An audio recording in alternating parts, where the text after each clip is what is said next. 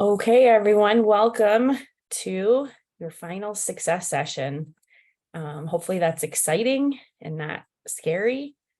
Kind of remember what it felt like to, even though it was a long time ago, be finishing high school and then finishing college, and you're kind of doing a little bit of both at the same time, or just transferring on kind of to next steps. I just mentioned a little bit.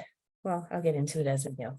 So this is for students graduating from the Blue Water Middle College, and that's people that have just finished your 13th year, or a handful of you are here because you're graduating early at the end of your 12th grade year. But I just wanted to kind of touch on what you all have been through to get here. So I would say that your class had probably the worst of it, because 3 years ago, well, we were already in the thick of it 3 years ago, right? Like maybe you had your meeting in person at one of the high schools where you met us and got to have like that tiny bit of normalcy. But a lot of you did your first meeting with us, your interview on Zoom when we were first trying to figure it out. So you've had really since the beginning a lot of chaos in your time. That first semester at SE4, I was talking with the students that were in person, that we had that orientation in person. Every single one was. We felt very confident that things were going to be in person. SE4 was assuring us that was going to be the case. And we finished our last session of orientation on Thursday. And then we went home and I looked at Facebook, and SE4 had posted they were going online for the semester to start on Monday. So we had one business day to kind of check in with everybody, assure you.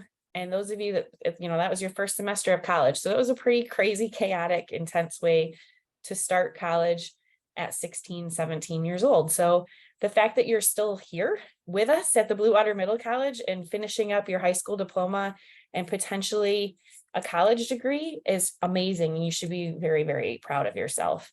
In your 6 semesters at SE4, only about half of them were normal.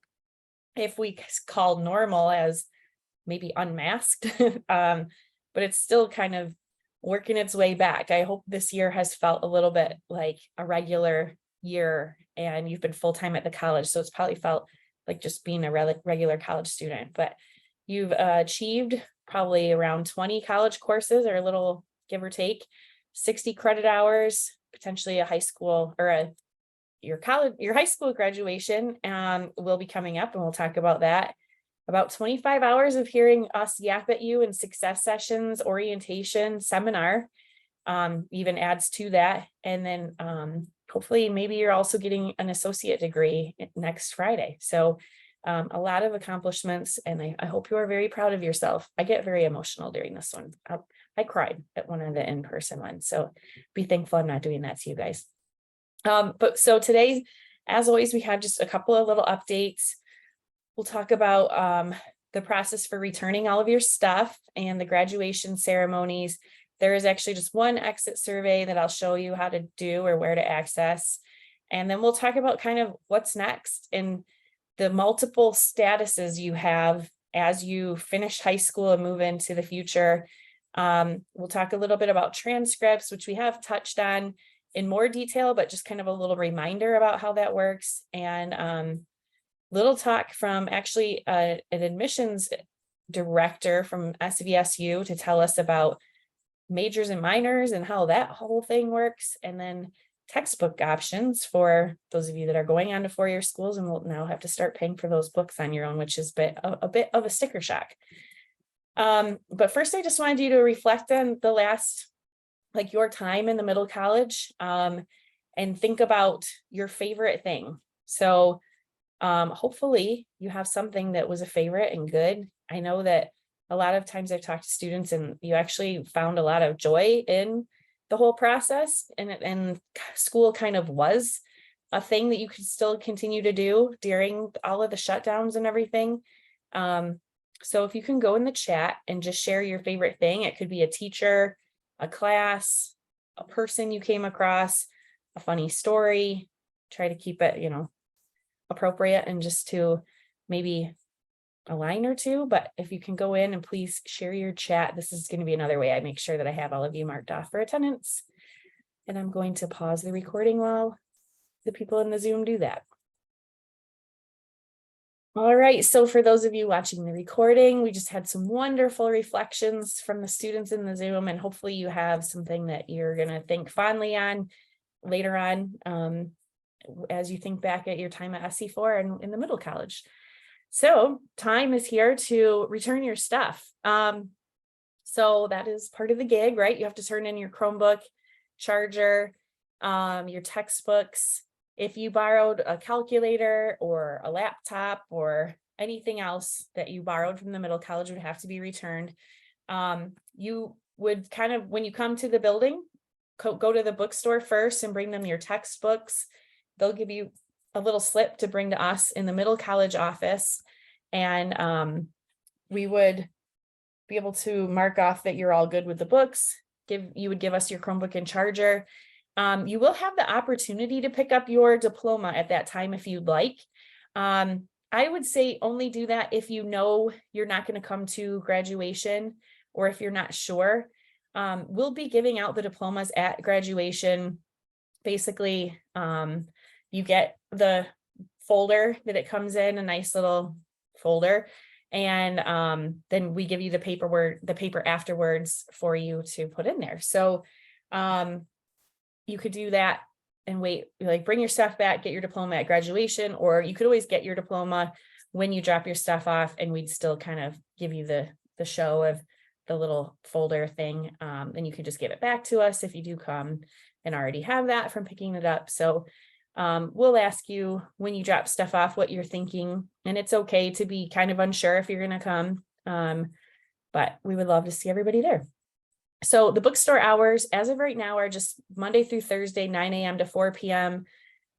We might also be able to add that Friday, but in my opinion, and just thinking back on when I would finish up college or a semester or just college in general for the whole deal, I remember going to my last final, going right to the bookstore to sell my books back. That was the process that it used to be a million years ago. And it just felt so cathartic to get it all done at once. So that's my recommendation, is just bring everything in, drop it all off when you're on campus for your last exam. And that would be Monday through Thursday. And so return, again, the books to the bookstore and then bring basically everything else to the middle college office. If the stuff isn't back by May 8th, you don't get your diploma until everything is returned, and then there would be a late fee. So, and then you kind of know just the standard practice is that if you miss a rental window, it could potentially be even more money if SC4 or we have to actually like buy that book with it being late. So just make sure you get everything in by then and just be done with it and with us bugging you. SC4's commencement is next Friday. So it's always the Friday of the finals week, basically in the spring. You would have had to apply for graduation in order to participate in that, and then have probably gotten something back from SC4 saying, yep, you're all good with your stuff this semester, you'll finish your degree. They actually do, when everybody's doing graduation on Friday, May 5th, they don't really know for sure if you've passed everything from this semester. So the graduation is kind of for show a little bit. Your actual graduation and getting your diploma comes later. So you can go and participate in commencement, and they've probably cleared you to that and you've gotten your caps and gowns. But if anybody has questions about this, just let us know. But every college, it takes a little bit of time for them to review everybody's progress towards their degree. So they have to do kind of a review of every single person that applied for graduation once the grades come in, and they make sure that you passed everything this semester. So it takes some time. It usually is about 8 weeks after a semester ends for you to get your diploma. So if you're finishing this semester, you would get that mailed to you sometime in July.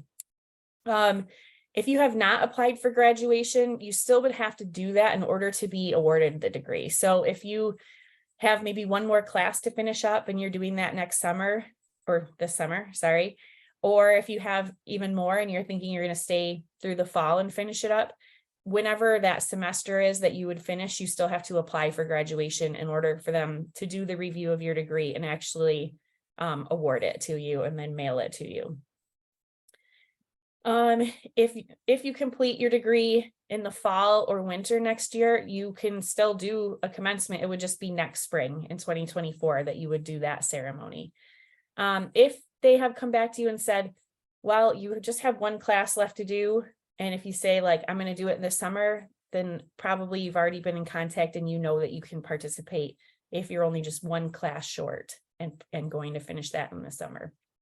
So again, if you have any questions about this, let us know. But I think most people that are expecting to finish their degree are pretty aware of where they're at in the process.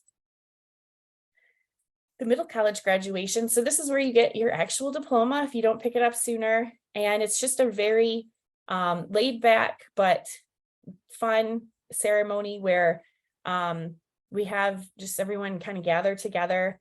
And it's just a nice way to honor you and what you've kind of gone through these last few years.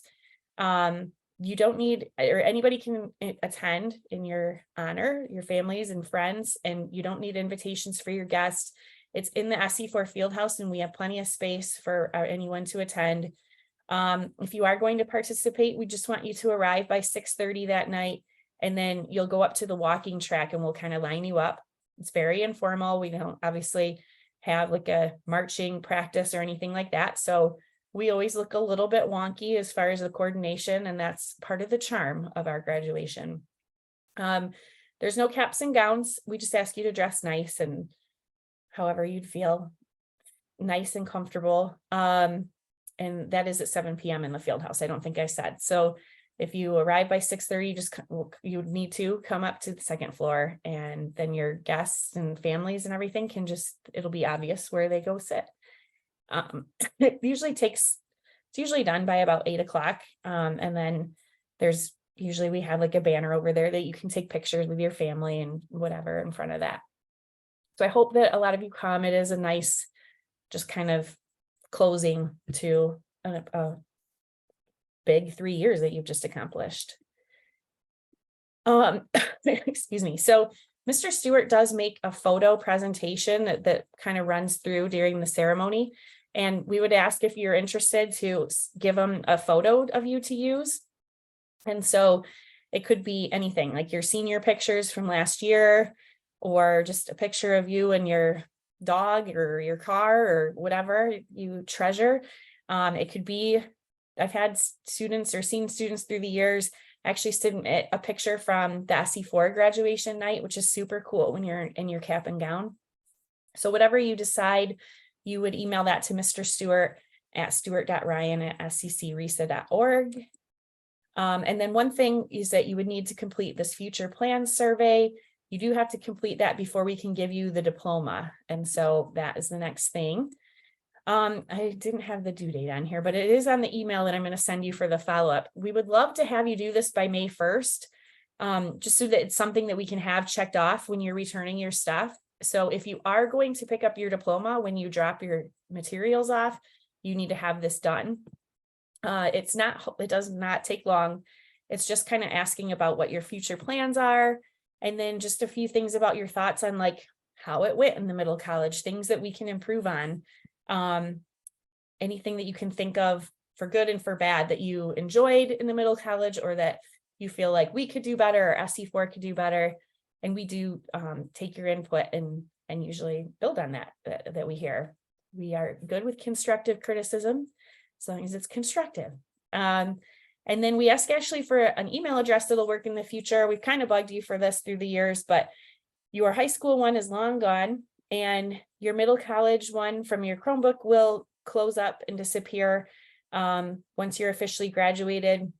And then your SC4 one, I think, does stay out there, but you'll check it so rarely that we just want to have a way to make sure that we can reach you in the future.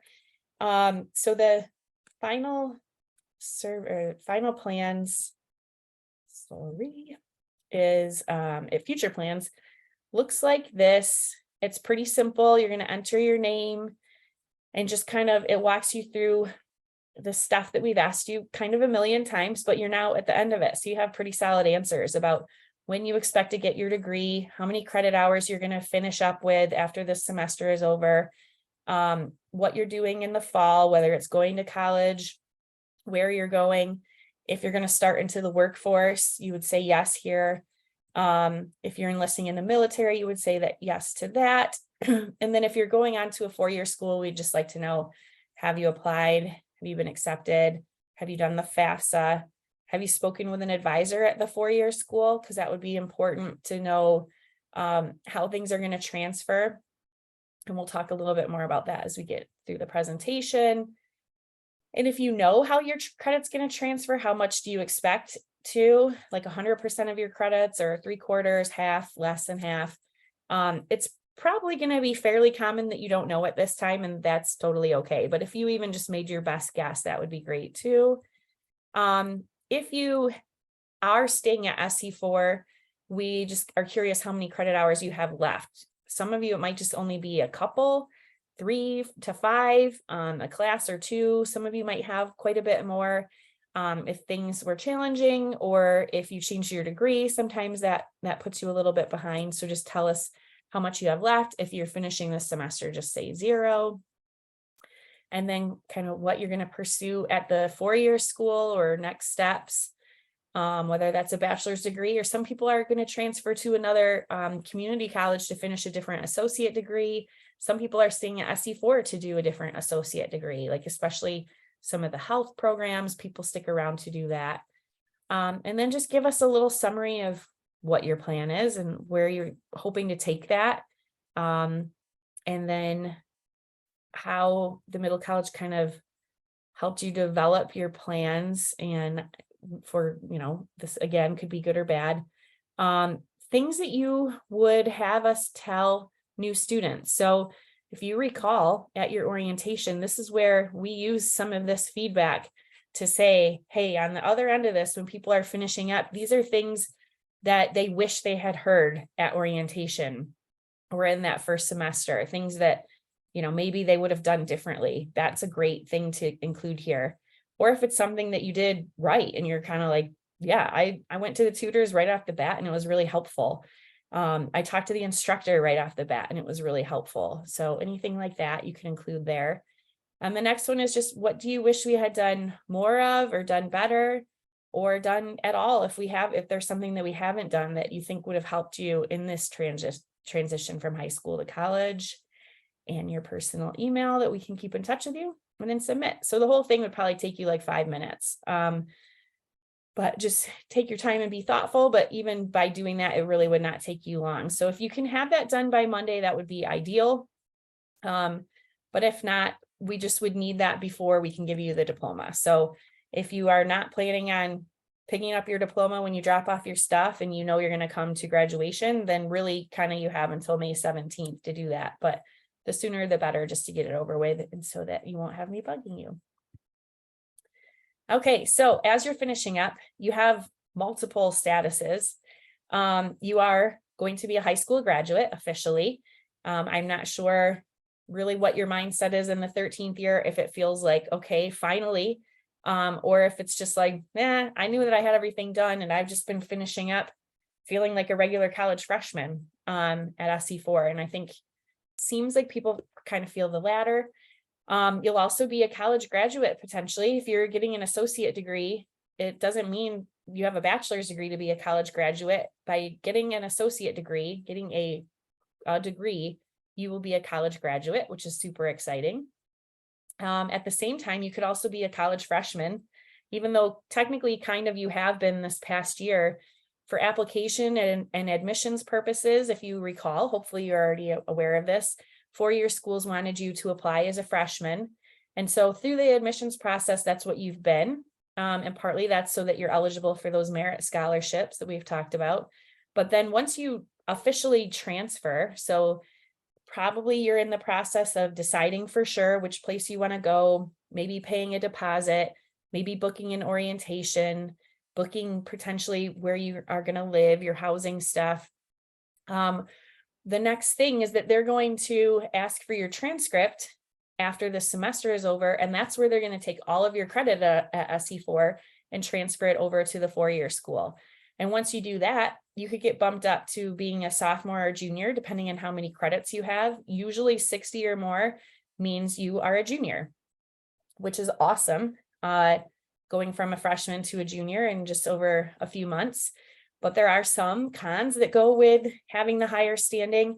The first one usually is that once you're a junior, most colleges do force you to choose a major. So sometimes people are a little stuck with that and aren't totally sure what they want to do. But then you will sort of be in the position of having to decide that for sure.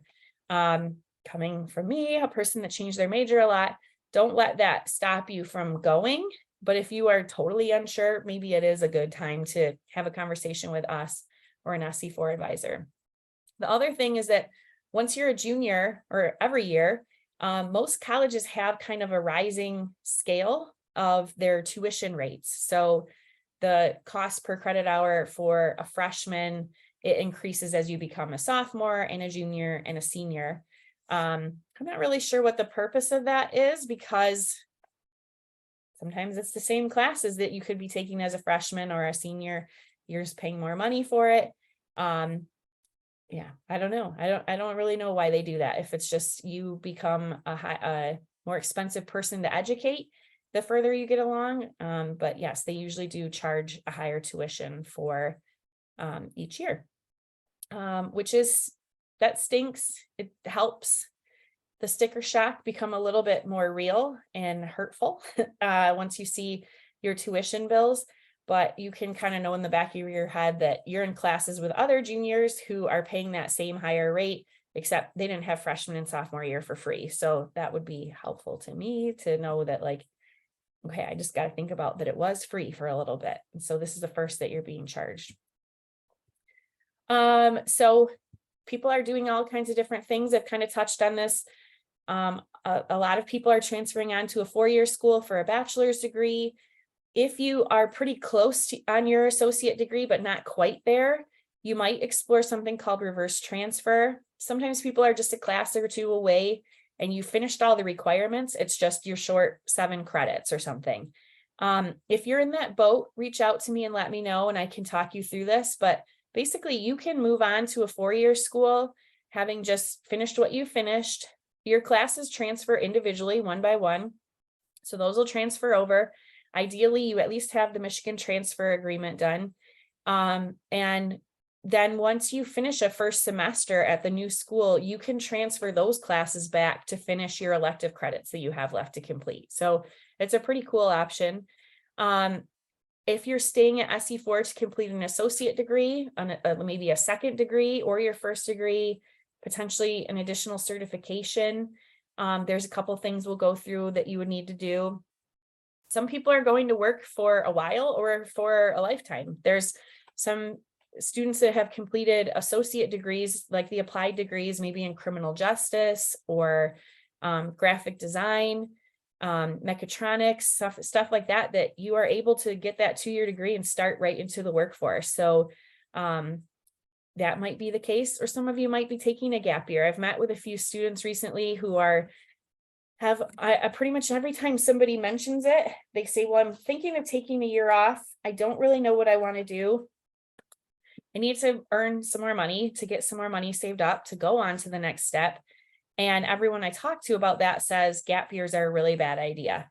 And statistically, yes, when people take time off or take a gap year between high school and college, just the data says that very few, it's a low chance that you actually come back.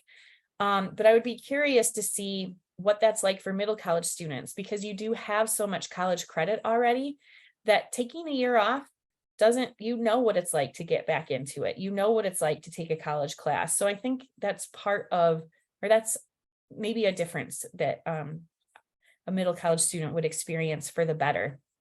So if you have not finished a degree, I would really, really tell you to do that, whether that's finishing an associate degree here or going on for a bachelor's degree.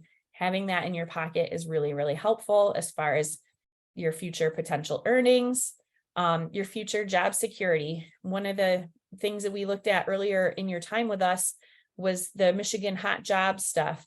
And a lot of the stuff that we get from them has shown us that the careers, when we had the latest recession, I don't know, it was a while ago now. The jobs where people lost the industries or the careers where people lost their job were typically people with lower levels of education, or like only a high school diploma. That basically the more education people had, the more likely they were to keep their job in a downturn or to be able to find a new job pretty easily. So you're very close, if not there already. And so the more, education you can achieve is the better you have for money and job security, but you already know that, and that's why you're here. If you're still kind of thinking of some places, we just kind of wanted to point to places that are close to home. These would all be pretty easy to commute to. Obviously, SC4, that, you're already aware of how to get there. There are some 4-year degrees available through the University Center, like Ferris's criminal justice.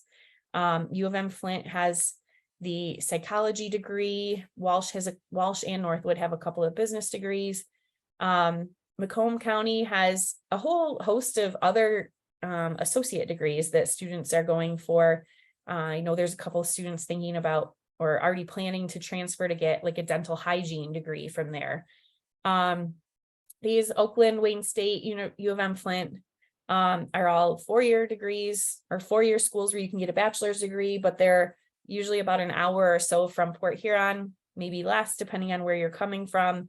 And so you could commute and still live at home pretty easily to any of those.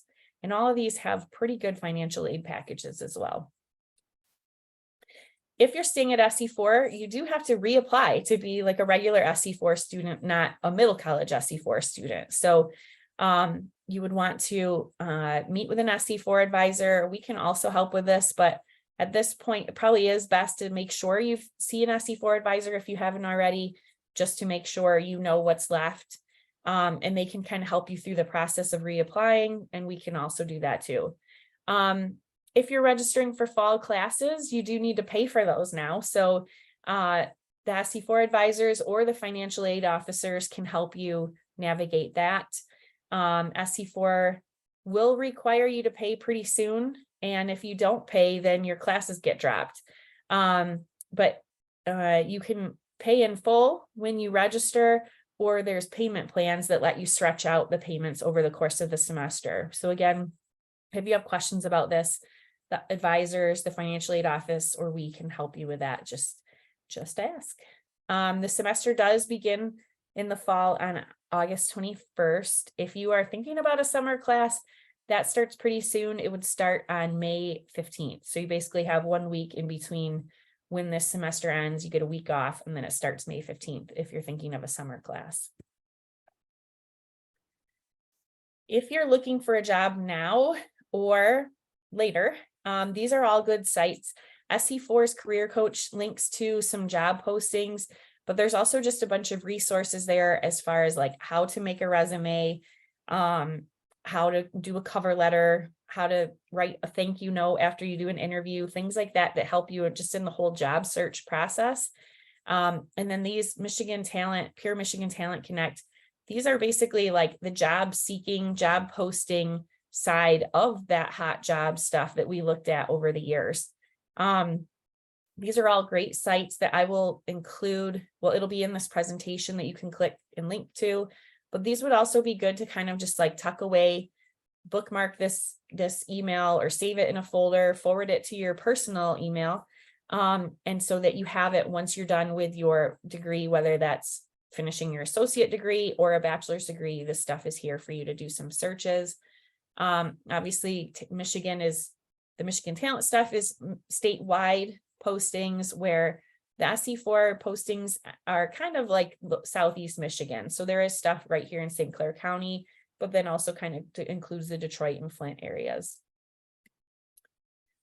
Okay, so your transcripts, we're going to look at a student's official transcript. It happens to be the SC4 registrar. She did very well while she was here and shared this with us, probably because she's proud of it. And so we're going to look at what's on there and kind of what this looks like to colleges that you send it to. And then we'll just reiterate how to order both your college and your high school transcripts as you wrap things up. So this is the registrar back when she was here, same time I was here. She started a year earlier than me. It's interesting. I wonder if we had classes together. I haven't looked at that. So this is what it looks like from the side of like colleges that are looking at this or future employers. So you can see they do see every grade that you earned. They see your GPA each semester. That was your term GPA. And then underneath it is the cumulative GPA. So that's your overall. They see how many credits something is and when you attended, the course number, course name, and we're going to look at a couple of key features. So they see just kind of your standard information and these, like it says, official transcript.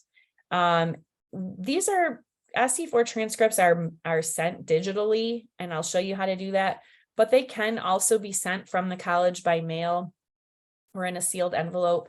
Probably though, the easiest way is to do the digital stuff, especially as you go on in life. You might leave town and it would just be the easiest to do that, which it can always be ordered at sc4.edu/transcript. And again, we'll look at that, but that's probably the easiest way.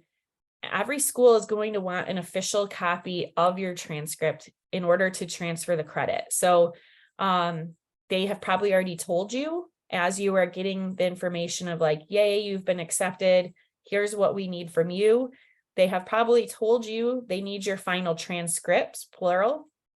We'll get into that in a little bit more detail, but they do need both your high school and your college final transcripts.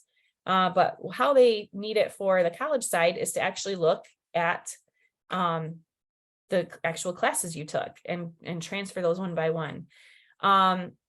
Employers potentially in the future might want official copies of your transcripts. If you're thinking about going into education, I'll tell you pretty much every job I've ever applied for in education, you have to submit every transcript from every college you've been to. And I will say that when I started at when I was at SC4, when I started at Michigan State, I did not ever see a future in which I would be in education and having to send my transcript. So keep it in mind that more and more industries are asking for this, especially because it's so easy to send them electronically. And it's easy just to kind of check on, are you representing your education correctly and accurately? It's very easy for them to check that. So assume that your future employers are going to want to see this, and hopefully that is reflected in your grades. So this is where it shows, the class number, class name, the number of credits, your grade, how many credits you earned each semester, your GPAs each semester. I pointed that out already.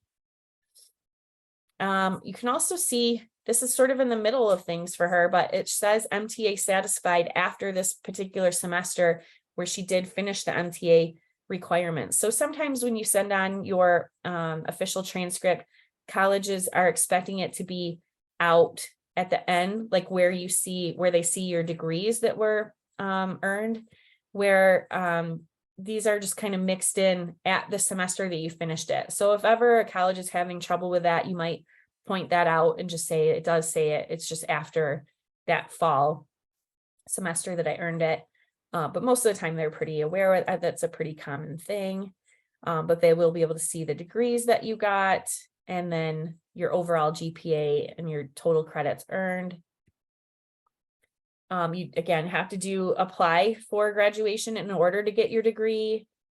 She had extra honors here. This macro satisfied was what MTA used to be called. It was basically the old version of MTA. So you'll never have macro, but you would have the MTA satisfied listed on there like that. So SC4 transcripts are sent digitally from the SC4 website at sc4.edu/transcript. It walks you through it pretty simply. Does cost $5.25 per transcript sent, but it's pretty immediate. And it's really pretty much the main option for getting an SC4 transcript. You do get updates. So you can see that like MSU downloaded it and it's there and complete. At this point, when you are getting all this stuff from your four-year school, they're going to ask for your transcript. And sometimes people will send it on parchment and then they get it on somebody saying like, yeah, we still need your transcript. Or vice versa. You might order the college and not realize they still need your high school. So they will want both. But primarily they'll ask for your college transcript, and they need it for, basically they'll give it to the advisors, or the advisors will be able to access it. When you go to an orientation at a four-year school, you'll sit with an advisor for part of that, and they're going to look at your transcript and say, okay, you have this done, this done, this done for your bachelor's degree. Hopefully that's similar to what we already kind of knew from transfer research that we've done. And then they'll be able to kind of tell you, maybe not everything that you have left, but kind of, hopefully they'll give you a pretty good view of what you have left. And then they'll specifically help you register fall classes. So that's why they need that sooner than later. If your transcript isn't available before you have your orientation, you could print and bring unofficial copies of your transcript. You can access that in the service center, or any of us can email it to you, or we could print it out and you could just pick it up in the office. So if you need that, let us know. The SC4 transcripts are updated pretty quickly as far as your grades show. It'll show your classes. It just may not show your degrees that quickly. So grades are due May 8th for your instructors to post. So usually sometime that week, you can see your classes and your grades. It might just be a week or two before they do the review and have your degree listed on there. Actually, it could be more than a week or two. It could be up to even like a month. So if you need something that shows your degrees, you may just have to be patient and just kind of explain. Most colleges or employers will be understanding and know that you just finished. It takes it a second for a college to make all that official. The other side of it is that sometimes students send the college one, and they don't understand, why are they asking for my high school transcript again? I already sent it when I applied. And yes, you did. But they also need a final one to prove that you actually graduated from high school. But this is where sometimes students fall into some trouble, is that if you misunderstood or didn't realize, Blue Water Middle College is your high school, not Port Huron Northern or KPAC or whatever your home high school is, we are your official high school. So that has to come from us. So when you applied, if you sent a transcript from your home high school and not from us, the college you're transferring to might misunderstand your situation. And so they're going to say, we need your transcript. And then your counselor, I can't send that because you don't have a graduation date.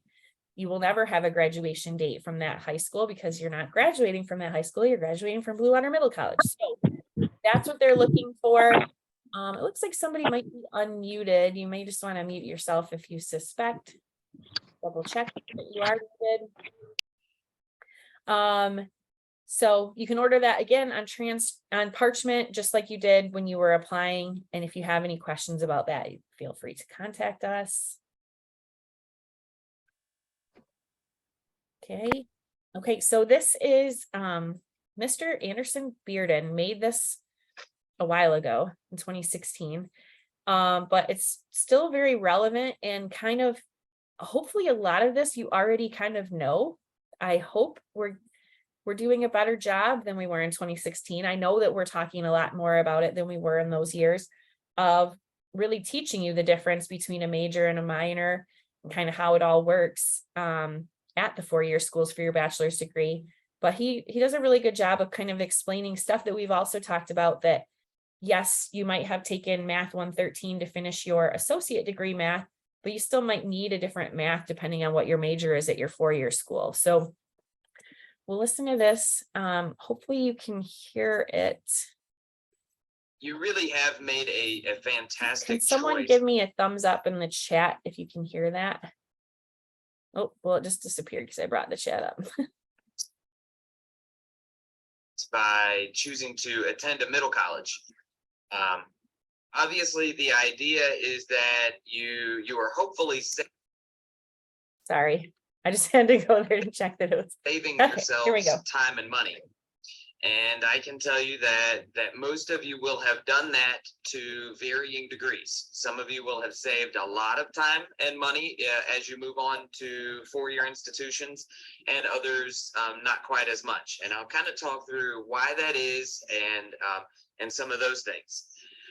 one of the things that you should know, Mr. Spencer asked me to sort of define what is a major and a minor. A major at a college or university just means that at least 1/3 and as much as 1/2 of the classes that you've taken are related to that particular subject matter. So as an example, if you were to become a nursing major here at SVSU, that means that roughly 62 of your credits are actually nursing credits. If you were to become an art major at SVSU, 51 of those, the credits that you need out of 124 total would be labeled ART, art. Now, if you wanted to be an art minor or get an art minor through SVSU, that can be as little as 15 credits. And so that would be, not even, in fact, I've got one minor here on campus that's only 9 credits, which would be not even 1/10 of your degree. Majors and minors are often defined by the industry. So as an example, nursing, there are some very specific requirements that of classes that you have to take in order to sit for your state nursing boards. And that's not the case for something like art. That's why you would not find a nursing minor at SVSU, is because the state nursing board doesn't approve of a nursing minor. So each industry that you're looking at, each career that you may be looking toward is going to have its own specific sets of requirements, whether those are just industry expectations or whether they're set down as a matter of law. So you have to know sort of where you want to go in order for us to be able to answer the question, what classes should you take and should you get a major or minor and those sorts of things. With that said, though, some of you may still be undecided, or at least not fully decided on what you ultimately want to do and what you ultimately want to be. So one of the things that I will tell you is there are a lot of tools out there. We will cover some of those things, and there are careers that are not only will pay you well, but also will have numerous job opportunities for just about any passion that you may have. So the question that I would encourage you to ask yourselves is not the one that everyone else asks you, which is, what am I going to be for the rest of my life? What are you going to do? Right? What are you going to, we all get so sick of that question. What are you going to do? What are you going to be? Ask yourself instead, what are the big questions that I want to answer? What are the things that are really important to me? Maybe it's that you want to take care of young people. And you can do that in a wide variety of different ways. You might go into nursing and do pediatric nursing, or you might go into social work and try to protect children that way. Or you could go into pre-law and become a family lawyer and try to protect children that way, or even political science and try to get into politics and set policy. So there's a wide variety of different ways to sort of follow your passion and your dreams and still make money at it and find a job. Hopefully, a lot of you through this middle college opportunity have been able to pick out what you want to be and where you want to go. What are those big problems that you want to solve? Because that's going to allow people like me, whether at my institution or at other institutions across the state, to be able to effectively advise you on what classes you need to take. So what do I mean by that? Well, as part of my general education requirements, we have math. We don't call it math, at least not for the category. The category is called numerical understanding because people are afraid to say the words math. So if you wanted to be an engineer, or you wanted to be a computer scientist, or go into computer information systems, or some of those things, physics or optical physics, then you would take the very bottom class there, Calculus 1. That would be your general education requirement for Category 3. That one class would satisfy both Category 3 and it is part of your major. Now, if you wanted to do something other than that, let's say business or nursing or teaching or social sciences or criminal justice or pre-law, then we're going to encourage you to instead take statistics because it's much more relevant to what you want to do and where you ultimately want to go with your life. And so if you come to me now and you've done the middle college experience and you took calculus, and then you tell me, Anderson, I want to be a teacher, I'm going to say, that's fantastic. I hope you want to be a math teacher, because then we can use that calculus class toward your degree. Otherwise, I'm going to need you to also take statistics, because statistics are important to teachers. They have to be able to determine, what percentage of their classes are doing well, and et cetera, et cetera. Same thing for nurses. Same thing for political scientists, for criminal justice majors, et cetera. They all need statistics. And if you're going into business, you need economics. So unfortunately, even though that math class, Math 161, it looks like on paper it's a higher level math class than Math 132A or 132B, so you might assume, well, that's going to waive me out of those classes. Unfortunately, it's not the same content, and in order to be an effective nurse, you need biostatistics. So now, rather than taking one class to satisfy both requirements, the requirement for the major and the requirement for your general education, you end up taking two. All right, so that's stuff that we have talked about through the years. So hopefully that's not a shock and won't be when you get onto the 4-year school. All right, now what could be a shock is when you see your bill for your textbooks. So we wanted to point out a few ways that you can get them a little bit cheaper, and just kind of the pros and cons of where you can get your textbooks.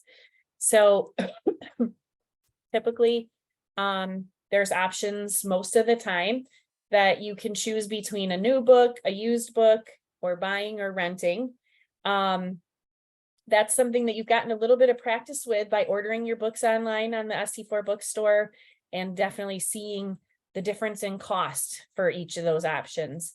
But as you know, there's some books that are only available new, and maybe they have the access code that is kind of necessary for you to pass the class, because that's how you do your chapter quizzes or stuff like that. So sometimes you might only have that option to buy that new with the code. The pros of that are that they're so nice, right? They're clean and free of highlighting and margin notes, and it's just yours, and it's a real like blank slate, fresh start, which is very nice. Used books can be a lot cheaper, but then might come with somebody's idea of highlighting. Hopefully you haven't found somebody's book that's just highlighted all over the place. That's why we tell you to kind of be I don't know the word, but basically don't highlight the whole thing. Be discriminating with how much you do highlight. Post-it notes are a great way to make those notes and mark where you're at without permanently damaging a book. Renting can be a great option. They're also inexpensive, but if you don't get those in the rental window by the deadline, sometimes those can become as expensive, if not more, than if you had just bought it to begin with. So you have to be really on top of that. Where to go? That college bookstore, that's where you were getting your books and SC4. You were buying them online, but we were paying for it with the SC4 bookstore. So those are nice for service and convenience. They have everything laid out really nicely. You bring your schedule in, they can help you find the books, or you can see the rows of books and go to the English place and find English 101-16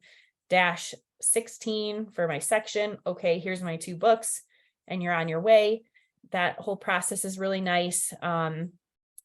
You've been buying them online and just doing curbside pickup basically, or going in the store for pickup. So you haven't had to have the experience of searching for the books, but it's usually a pretty easy process. They're very close to campus, if not on campus.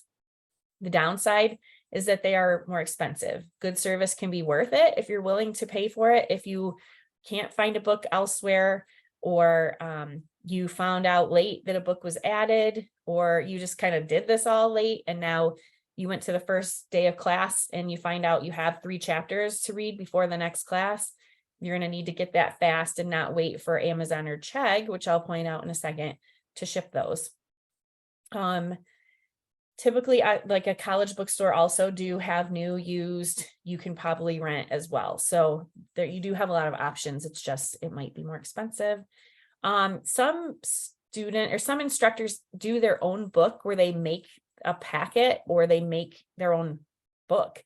I think Dr. Wada has done this through the years where she has all of her PowerPoints in a book that you can actually work with and write on as she goes.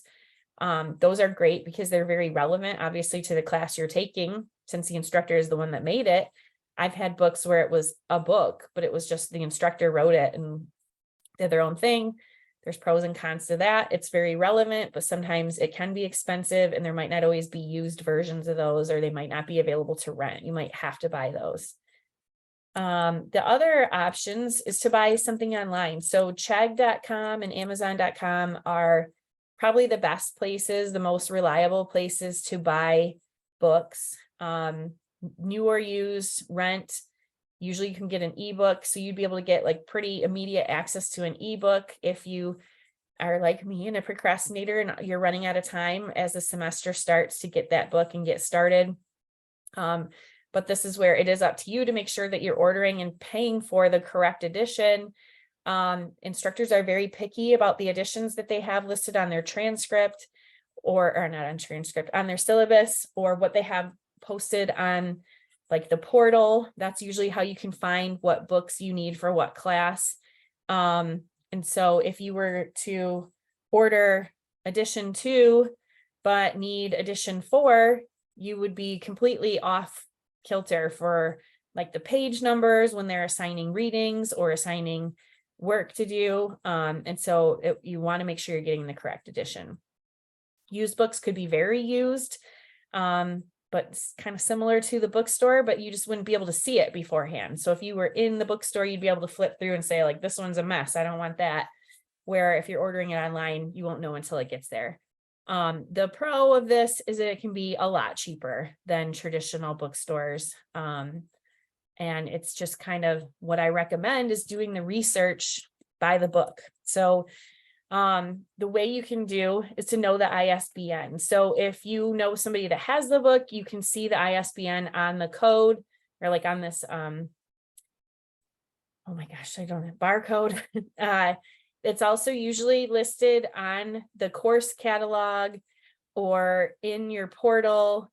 And that's usually the best way to find it. I'll show you just kind of how you can research a particular book. So let's pop over here. So I just picked one of the first classes that came up. So in the SE4 scheduling stuff or in the course catalog, you can click on the course description and scroll down and it'll either list the books here, or you can click right to it and it brings you to the bookstore information, which brought us to this page, which this was how you were ordering. So when you were in the bookstore website, you were choosing one of these basically. So this is where you can go and see the ISBN.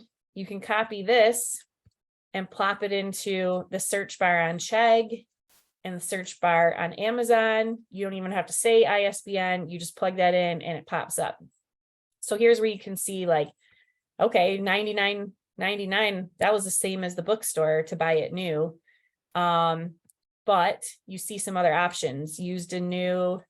So if you click on there, it's going to bring you to all the options. So you can see, used in good condition or acceptable condition, some writing and water damage. I'd probably scroll past that and pay the, few extra bucks, 10 extra, 11 extra to get a good version of it.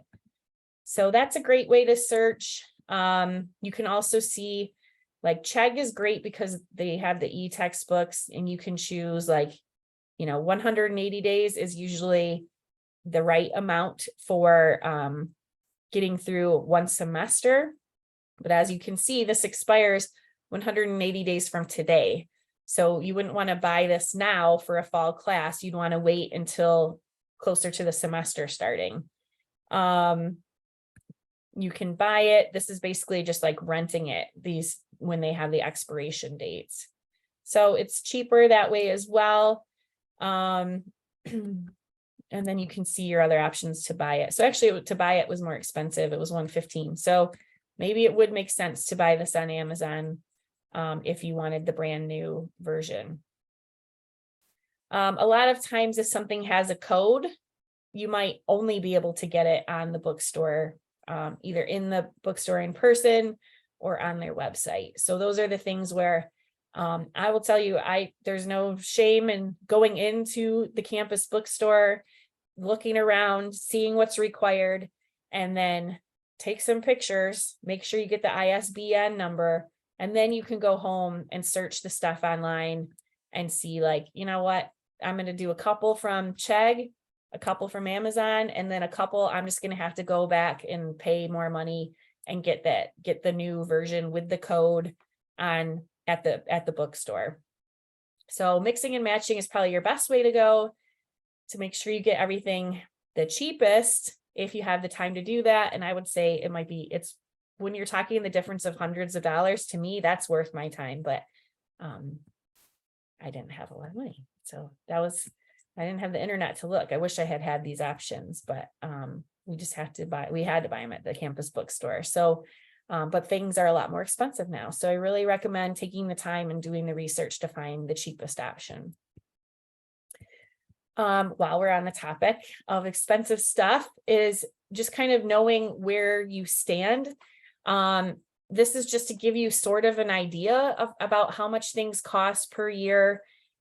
This is an average. This is nowhere, like some are much more expensive.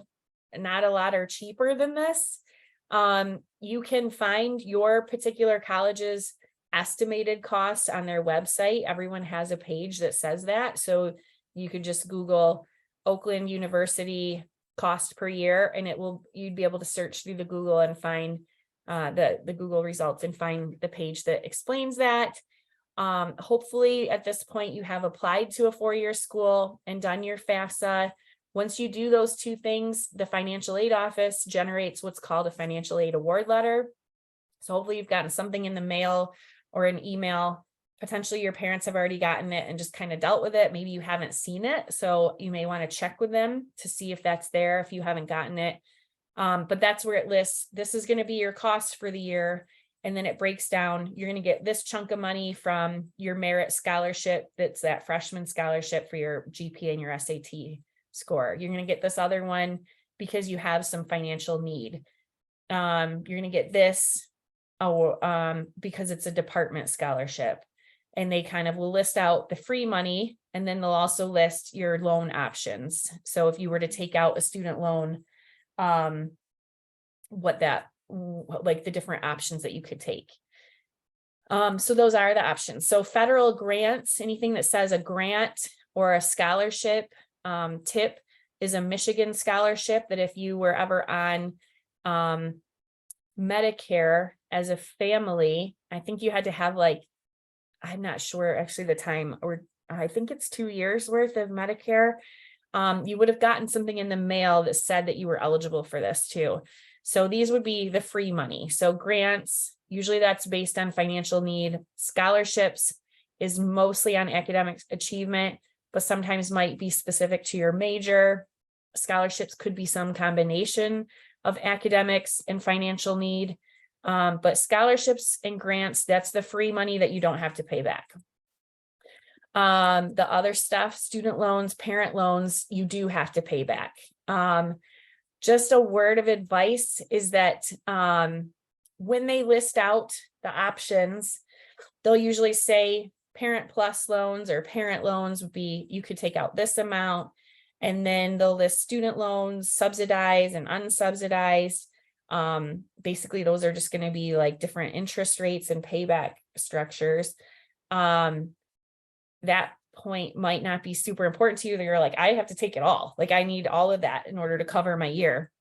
But this would be where it would really be helpful for you to sit down and talk to somebody in a financial aid office, either at your 4-year school or SC4's financial aid office will help you when it comes to deciphering those financial aid award letters. So you can see, they can help you kind of lay them all out and tell you like, okay, this one's good. It's going to give you this, this, this.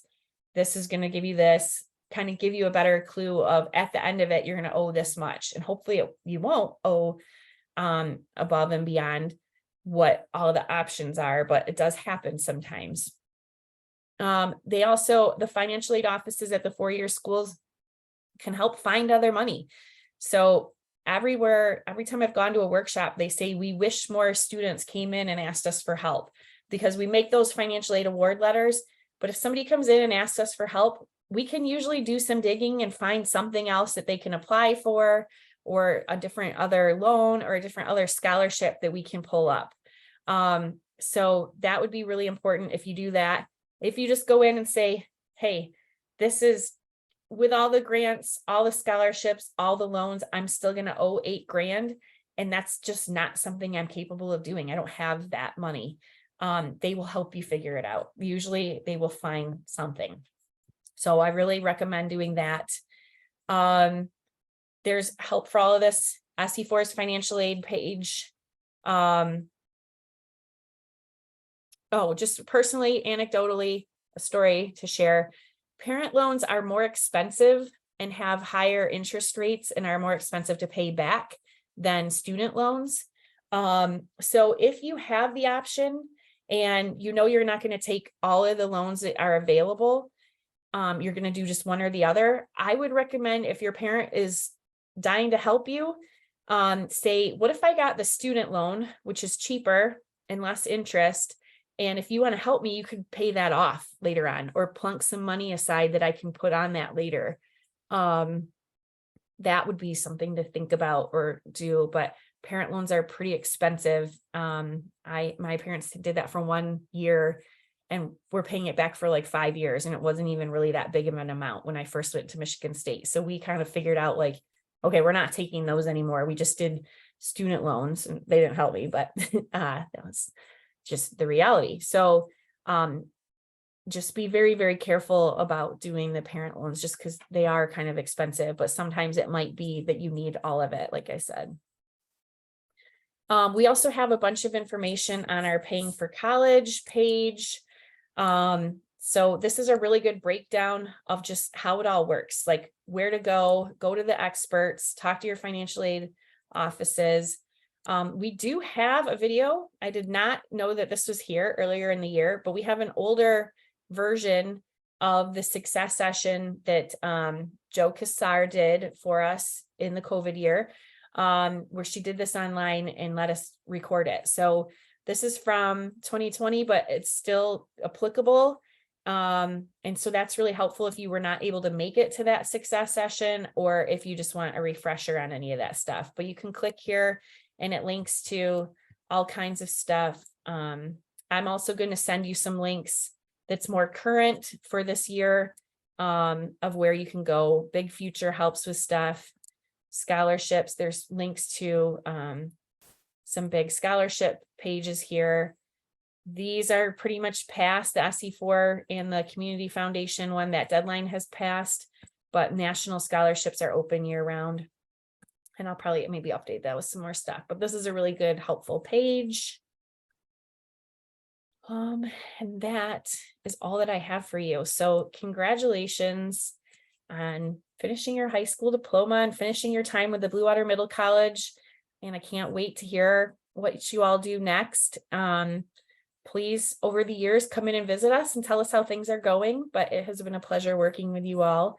And we're always here to help and answer questions. So come back and visit us and let us know if there's anything we can help you with in the coming years. Congratulations. I'm going to stop recording.